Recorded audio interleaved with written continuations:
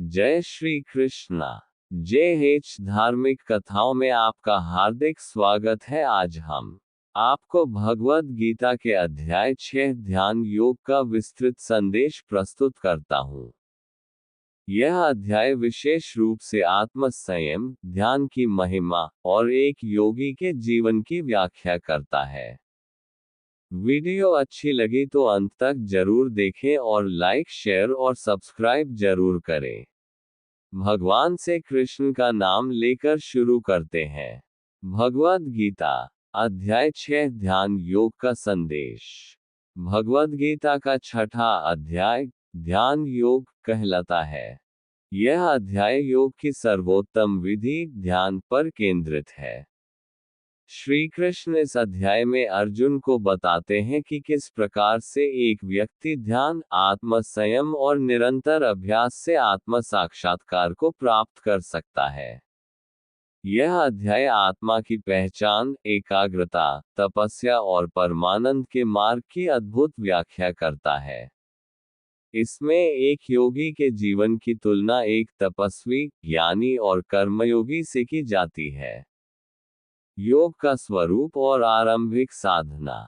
श्री कृष्ण अध्याय की शुरुआत करते हैं। अनाश्रितः कर्मफलम कार्यम कर्म करोति यः स सन्यासी च योगी च न निर्घ्निर्न चाक्रियः। अर्थात वह व्यक्ति जो कर्मफल की इच्छा नहीं करता किंतु अपने कर्तव्य का पालन करता है, वही सच्चा सन्यासी और योगी है। केवल कर्म का त्याग करना या अग्नि त्याग देना सन्यास नहीं है। सच्चा योगी वह है जो निरंतर अपने कर्तव्य को करता हुआ फल की आसक्ति नहीं रखता। ये संदेश जीवन में कर्तव्य परायणता और फल त्याग को महत्व देता है। आज के जीवन में भी यही सिखाया जाना चाहिए कि केवल लक्ष्य पर केंद्रित न हो, प्रक्रिया को पवित्र और निस्वार्थ बनाएं। आत्म संयम और अभ्यास की महिमा। युक्ताहार विहारस्य युक्तचेष्टस्य कर्मसु युक्तस्वप्नावबोधस्य योगो भवति दुःखा। ये श्लोक बताता है कि भोजन, विहार, कार्य, नींद और जागरण में संतुलन रखने वाला योगी ही सच्चा योगी होता है।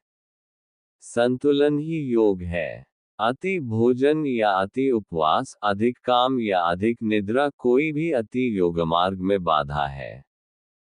जीवन संदेश। हमारे जीवन में भी यह अत्यंत प्रासंगिक है कि हम संतुलन बनाए रखें, कार्य और विश्राम, ध्यान और सामाजिक जीवन के बीच। ये संतुलन ही हमें मानसिक शांति देता है। ध्यान की विधि और अभ्यास का महत्व। श्री कृष्ण ध्यान की विधि को विस्तार से बताते हैं।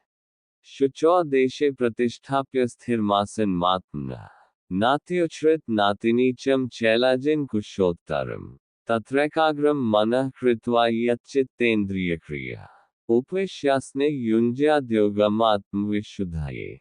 ध्यान की विधि में स्वच्छ स्थान, स्थिर आसन, शरीर की स्थिरता और मन की एकाग्रता आवश्यक है। इंद्रियों का संयम और मन को केवल आत्मा में स्थिर कर देने से शुद्धता आती है। ध्यान के माध्यम से व्यक्ति आत्मा की सच्चाई, आनंद और ईश्वर से एकत्व को अनुभव कर सकता है। ध्यान के लाभ और समाधि की अवस्था। यत्रोपरमते चित्तम निरुद्धम योग सेवया यत्र चैवात्मनात्मान पश्यन्नात्मनि तुष्यति। जब योगाभ्यास से चित्त शांत हो जाता है, तब योगी आत्मा में ही आत्मा को देखकर संतुष्ट हो जाता है। वह उस आनंद का अनुभव करता है जो इंद्रियों से परे है, नश्वर नहीं है, वह ब्रह्मानंद है। यह अवस्था ही समाधि है, जहाँ न कोई इच्छा है, न मोह, न द्वेष, केवल पूर्णता की अनुभूति। जीवन संदेश। आज के तनावपूर्ण जीवन में यदि हम नियमित ध्यान करें, तो भीतर का आनंद, संतुलन और समाधान स्वतः प्राप्त होता है। मन पर नियंत्रण और आत्मविजय। उद्धरेदात्मनात्मानमात्मानमवसादयेत् आत्मैव ह्यात्मनो बंधुरात्मैव रिपुरात्मनः। श्री कृष्ण कहते हैं, स्वयं अपने को ऊपर उठाओ, गिराओ नहीं। स्वयं का मन ही मित्र है और वही शत्रु भी बन सकता है। ये श्लोक अत्यंत गूढ़ है और आत्मविजय का मूल मंत्र है। व्यक्ति का सबसे बड़ा युद्ध अपने ही मन से है। यदि हम अपने मन को जीत लें, तो हम जीवन के हर क्षेत्र में विजयी हो सकते हैं। योगी का लक्षण। सर्वभूतस्थमात्मान सर्वभूतानि चात्मनि ईक्षते योगयुक्तात्मा सर्वत्र समदर्शिनः। सच्चा योगी हर जीव में आत्मा को देखता है और हर आत्मा में परमात्मा को। वह सभी में संभाव रखता है, चाहे मित्र हो या शत्रु। समत्व का भाव। यही अध्याय का केंद्रीय संदेश है। समत्व। न किसी से द्वेष, न किसी से मोह। यही सच्चा योग है। ध्यान में विफलता और पुनर्जन्म। अर्जुन पूछते हैं कि जो व्यक्ति योगाभ्यास करता है किंतु बीच में मृत्यु हो जाती है, उसका क्या होता है? श्री कृष्ण कहते हैं, न ही कल्याणकृत कश्चित दुर्गता तात गच्छति। जो पुण्यकर्मी है, वो कभी भी नष्ट नहीं होता। अगली जन्म में वह पुनः उसी स्थान से अभ्यास करता है और अंततः मोक्ष को प्राप्त करता है। संदेश। जीवन में किया गया प्रत्येक आध्यात्मिक प्रयास फलदायक होता है। कोई भी प्रयास व्यर्थ नहीं जाता। योगी श्रेष्ठ है। अंत में श्री कृष्ण कहते हैं, योगिनांपि सर्वेषां मद्गतेनांतरात्मना श्रद्धावान भजते यो मासमे युक्ततमो मतः। अर्थात सभी योगियों में वह श्रेष्ठ है जो श्रद्धा से, मन और आत्मा से ईश्वर का भजन करता है।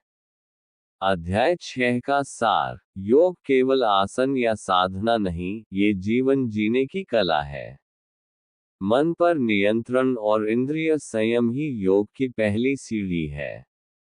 ध्यान से आत्मा का साक्षात्कार होता है और वही परम आनंद है। समत्व, संतुलन और निष्काम कर्म योग का आधार है। जो प्रयास करता है, वह कभी व्यर्थ नहीं जाता, अगला जन्म भी उसे साधक बनाता है। जय श्री कृष्णा।